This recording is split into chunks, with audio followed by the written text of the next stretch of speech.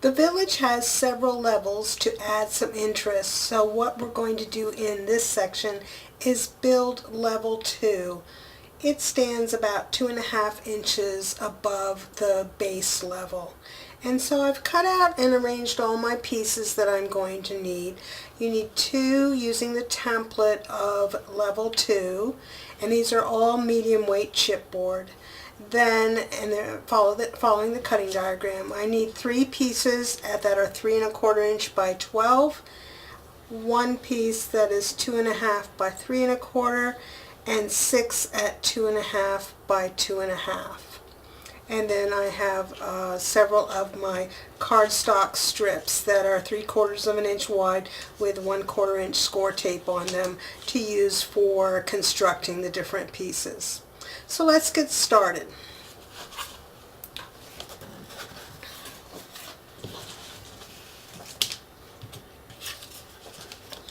The first thing we're going to do is build 3 X braces that will help support this section. We're using the 2.5 by 2.5 inch pieces, and we're going to make a slot in each one that comes up halfway and is the width of the chipboard centered in the middle, about 1/16 inch for this medium weight chipboard. Now it's very important that when you cut the squares, that when you cut this slit, that you make sure that it is going on the long grain here. So if you can see here, I'm able to bend the chipboard in this direction, but I can't bend it in this direction. So I want to make the slot, so that it is parallel with that long grain, so that there's stiffness in it going up. So I'm just take and mark, these are 1¼ inch tall, 2.5 inches tall, so I'm going to make a mark at 1 1/4 because the slits go up halfway, and it's not exactly critical that it's in the precise center. So what I'm doing is measuring over 1 1/4 inch for my first cut. And I've got a fresh, nice blade in this X-Acto knife, so that I can go through there really easily. And then I'll just move over 1/16 inch and cut a parallel line there. And then make that little cut across the top. I usually just flip it over. Sometimes I can see it, sometimes I have to poke my blade through a little bit to see it. Now I can see it. The writing makes it a little tricky to see. And then poke out that little slot.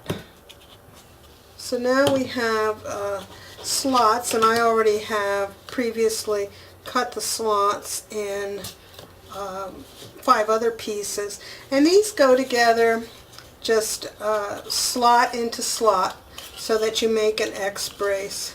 And if you've cut your slots to the right width, they should go in there snugly, but with no resistance. If you meet resistance, make your slots a little wider. And so make all 3 of these. And then we'll put some glue on those intersections and set those aside to dry while we wait, while we do some other work. So I'm just putting some glue on the intersections, wiggling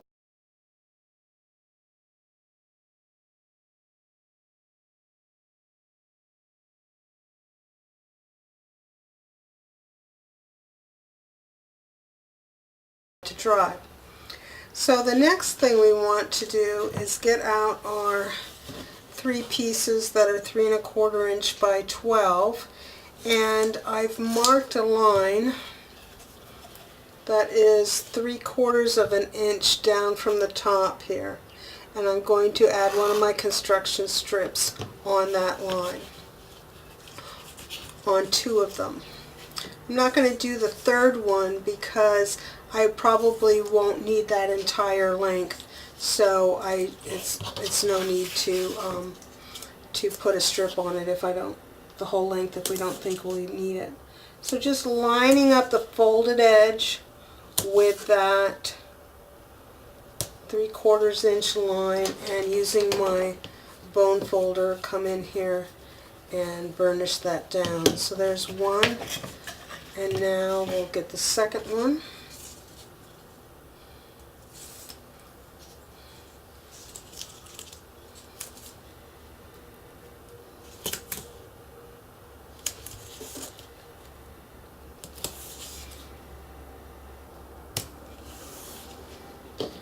Burnish.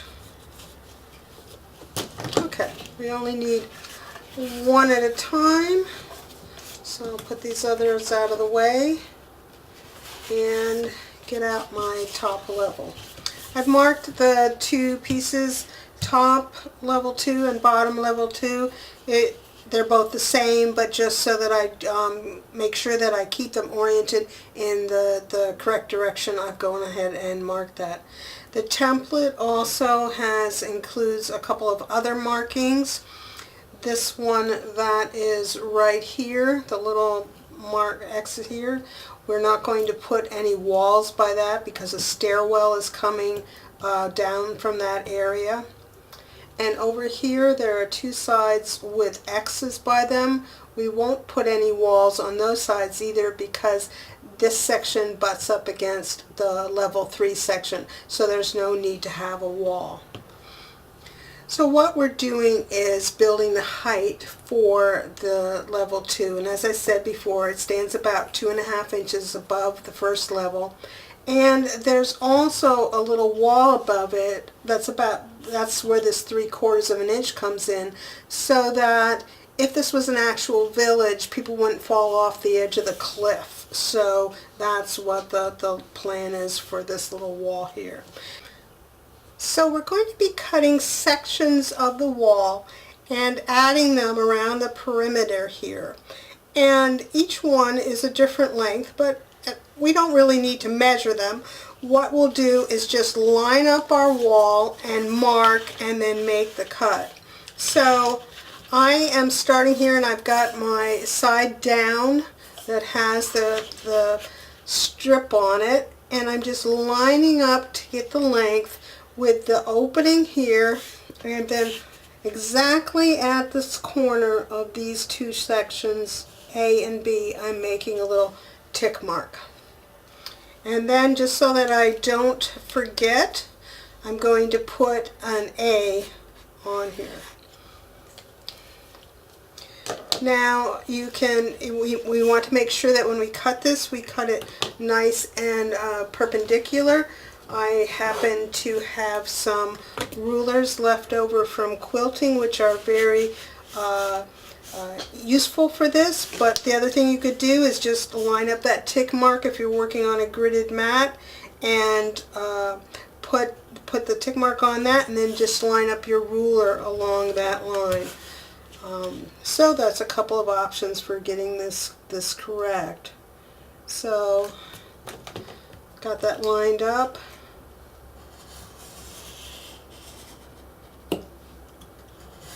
Take your time so nothing shifts. And there is wall A. So what's going to happen here is that the top section will get joined like this, and we're just going to work our way around the perimeter, cutting these sections that we need.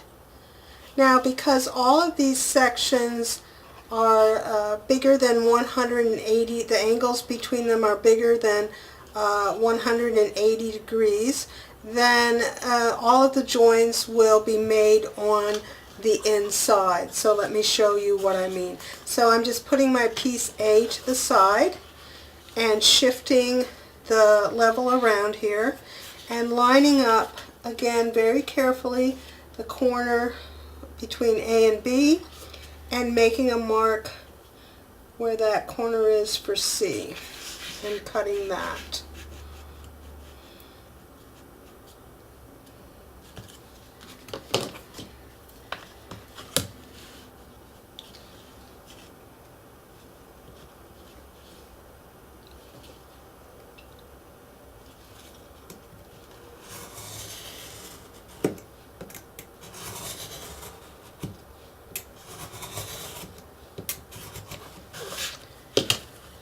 Before I forget, let me put my B on here so I don't forget. So in order to, when we join these sides together, and you can join them as you go along into one strip, or you can wait till the end, it depends on your preference.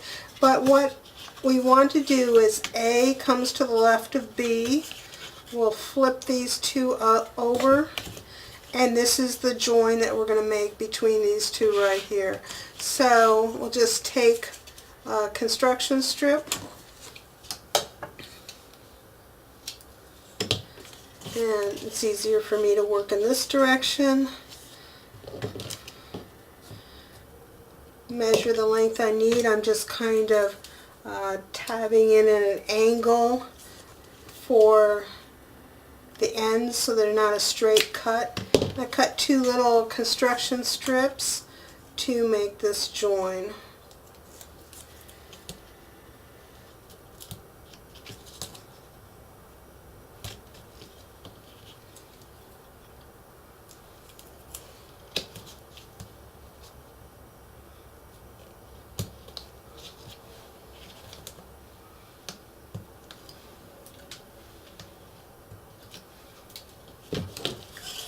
Turn these around, make sure that the edges are straight here, and make that join, and then make sure you always burnish that down really well with a bone folder. So now we have A and B, and just to show you again how this goes together, is that we will be working our way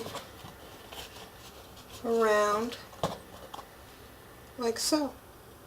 So now it's a simple matter of following that same procedure for C, D, E, and F. G I should have marked in, and G. We will do something special over at this end. So G, when you cut G, it doesn't get joined to anything. So I will do that and then come back with all my pieces cut, and we'll see what's next. So here we are back. I finished cutting all my side pieces, as you can see. Here we have A through F, and then I have G put aside for the moment. And all of these pieces are joined on the inside with the cardstock strips, which have been burnished down securely. So the next step is to attach the walls to the level. And before we do that, there's some overlap in these corners here, and we just want to take a moment to make a few little snips there so there isn't so much of an overlap. It doesn't really matter how much it is, but just to remove a little bit of that excess.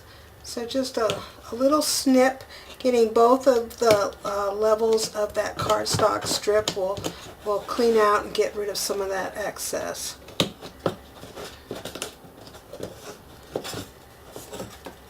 Sometimes the little pieces don't want to get out of the way. You just have to shake them around and pull them out of there.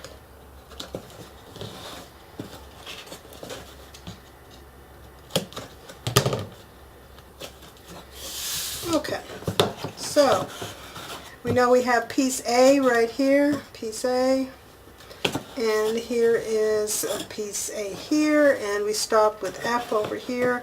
I like to work clockwise, so I'm going to start here with F and taking off the score tape backing and being careful to line it up correctly. And I did check, and I just didn't have it on camera. I did a dry fit. In fact, we can do that right now, just with that first one attached. And I think you can see that it is fitting very nicely.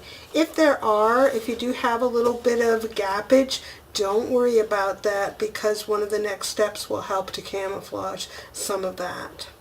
So, meanwhile, back to joining. We've got F there. And if you want to, you can do this kind of a lightly at first. Don't burnish until you've worked your way around, just in case something gets off a little bit. I try to kind of bend the next section around and reach under here to get that one done, and then one of those little snips is wanting to get in the way here.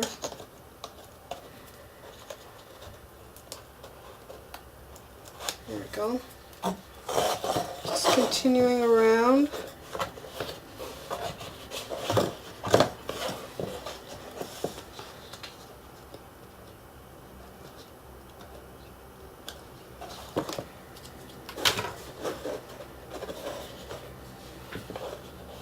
Reaching underneath there to secure the score tape, at least lightly to begin with.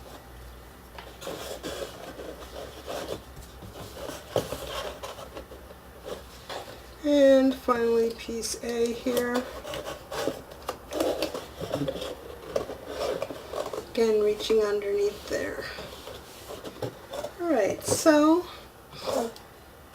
that looks pretty good. So I'm going to flip it over, but I'm going to make sure I'm supporting it underneath here, since if I was to, I'm going to burnish now, but I don't want to just burnish on here, it'll pop right off. So make sure you're supporting where you're burnishing with your hand, or if you had a block or something you could put underneath there, that would be fine. Just something to support this piece as you go around and work your way around burnishing.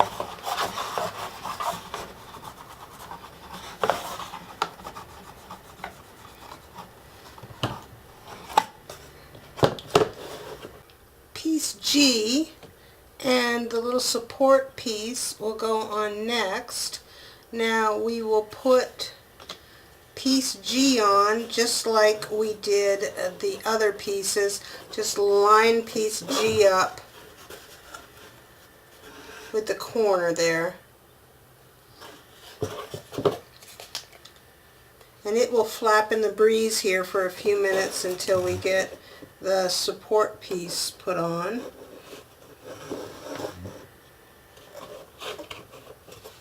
Flip this over and burnish.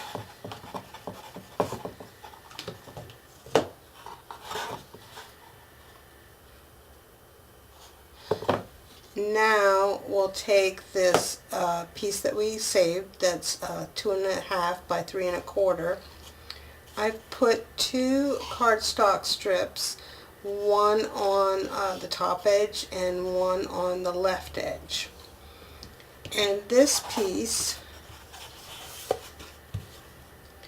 is going to attach underneath the base, and it will be flush. The edge of the top will be flush with the outside here, and this edge over here will be flush, so that, let me stick it down and then I'll bring it up close in the camera.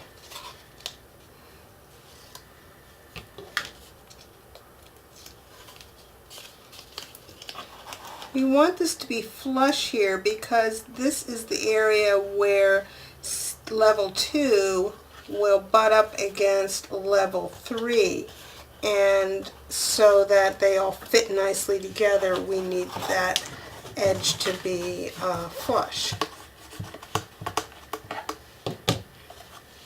So that's what it looks like on the inside, and then if I come up here close,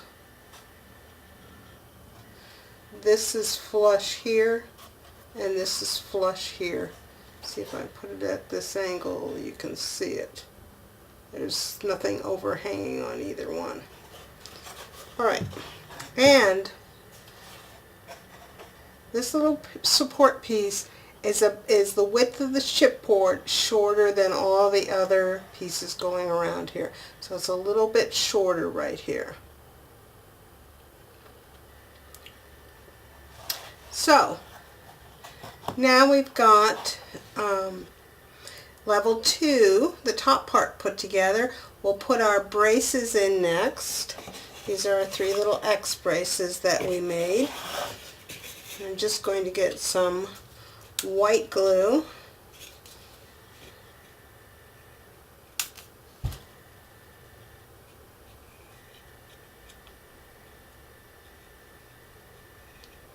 Put that on one side of the X here to start with.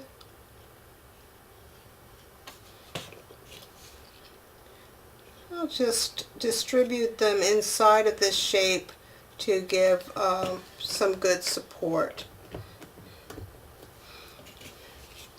So probably one down in this area, one more over here,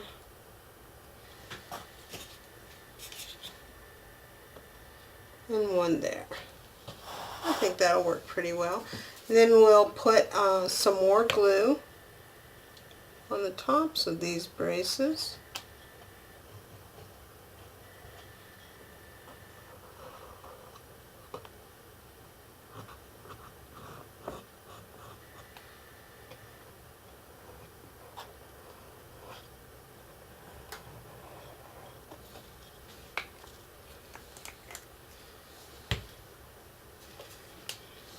And then here's our bottom level 2, really where it's written bottom level 2, that side faces up. It's pretty obvious that this is the only way it's going to fit. I want to put one more bead of glue, I'm sorry, over here on this little short piece that I told you was a 1/16 of an inch short. For all of the sides except the one I just put glue on, all of the other sides, the base fits inside of those edges so that you will see this edge of chipboard. Over here for this one, the base will sit right on top of it. So I like to start over there in that corner and then just kind of fit it in, working around. And we're going to put some strips together to hold this in place here in a minute.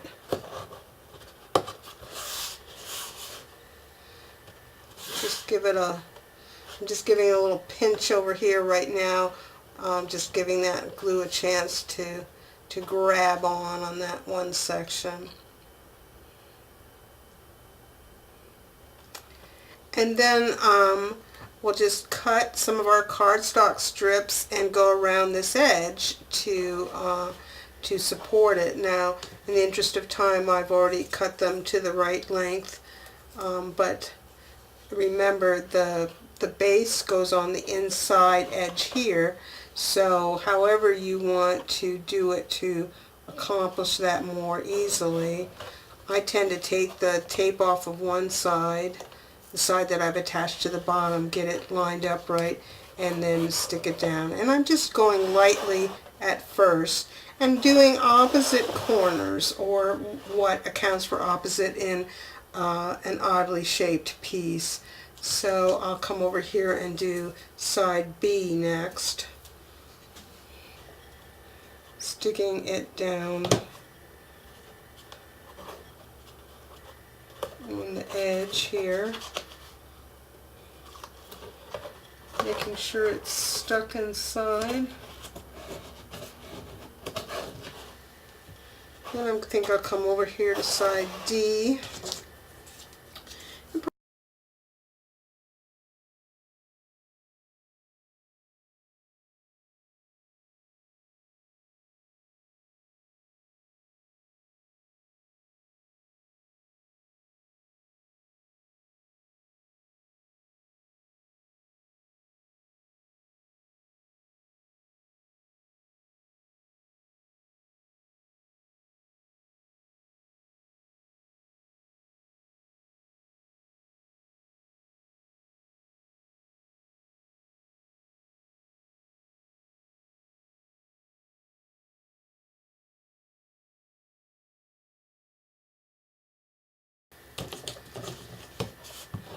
Just come around here with my bone folder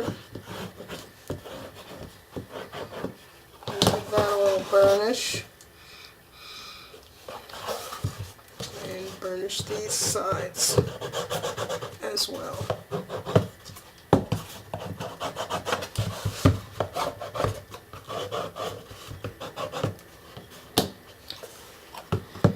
And now to add some finishing, we're going to put some of the cardstock strips over these joins, just so that we'll be able to leave our options open for what kind of finishing we want to put on the outside of these walls. So I just pre-cut these, and I just go around the project, trying to kind of center the fold in the tape over the intersection there.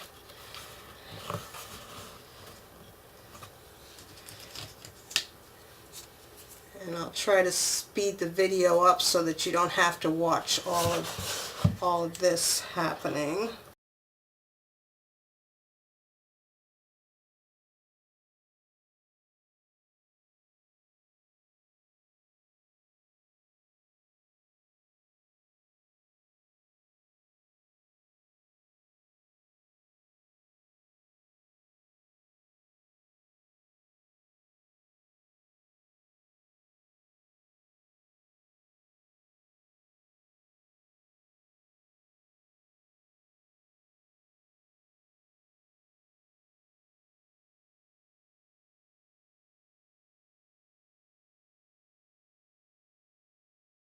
Walls that stick up here, in order to give them just a little bit more dimension and to be able to hold a top rail, I just want to double up the thickness here.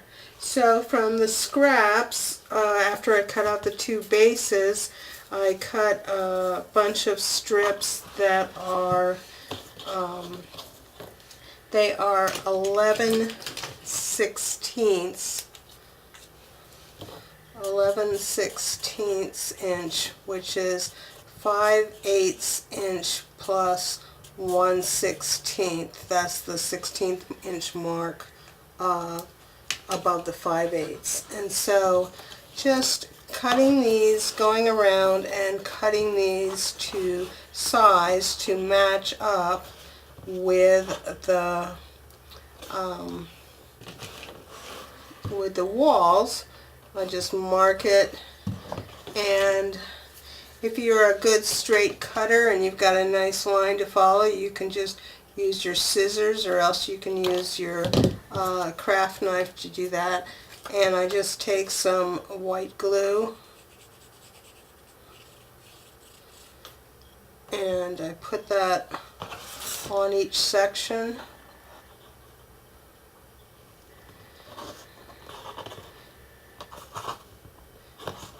See if I can get it in place even. There we go. Try to get that top nice and flush. That should be the right size. Now, if you may want to measure your height here and double check that that you put things together and that that's about the width you have here. It's figured out by we put this top level 2, if you recall, is set at on a cardstock strip that's at 2.5 inches above, which left 3/4 of an inch, but we have the thickness of the chipboard to consider as well. So just going to keep working my way around here until I have the strips in for the whole inside. And you recall I said that if you had any gaps in here, not to worry so much, because these strips will help cover any of those kinds of issues up. So now I've finished going around the inside of all the walls and adding this extra little piece of chipboard. I think if I hold it up here, you can see how it's a little thicker now. And that'll just give some dimension to that wall when we finish it later.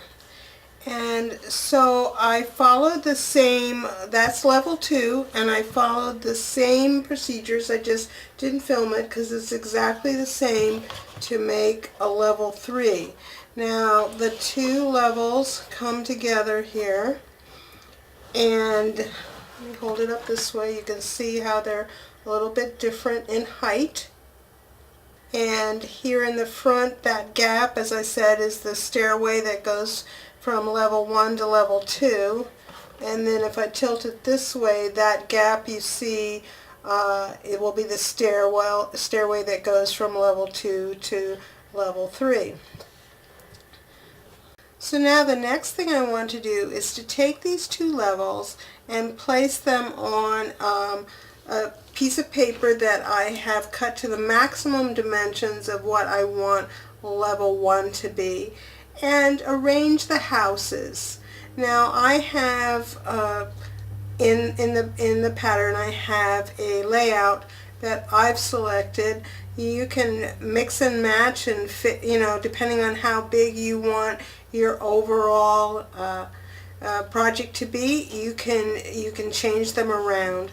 The benefit of doing this is to see, do you want to change any of the locations around?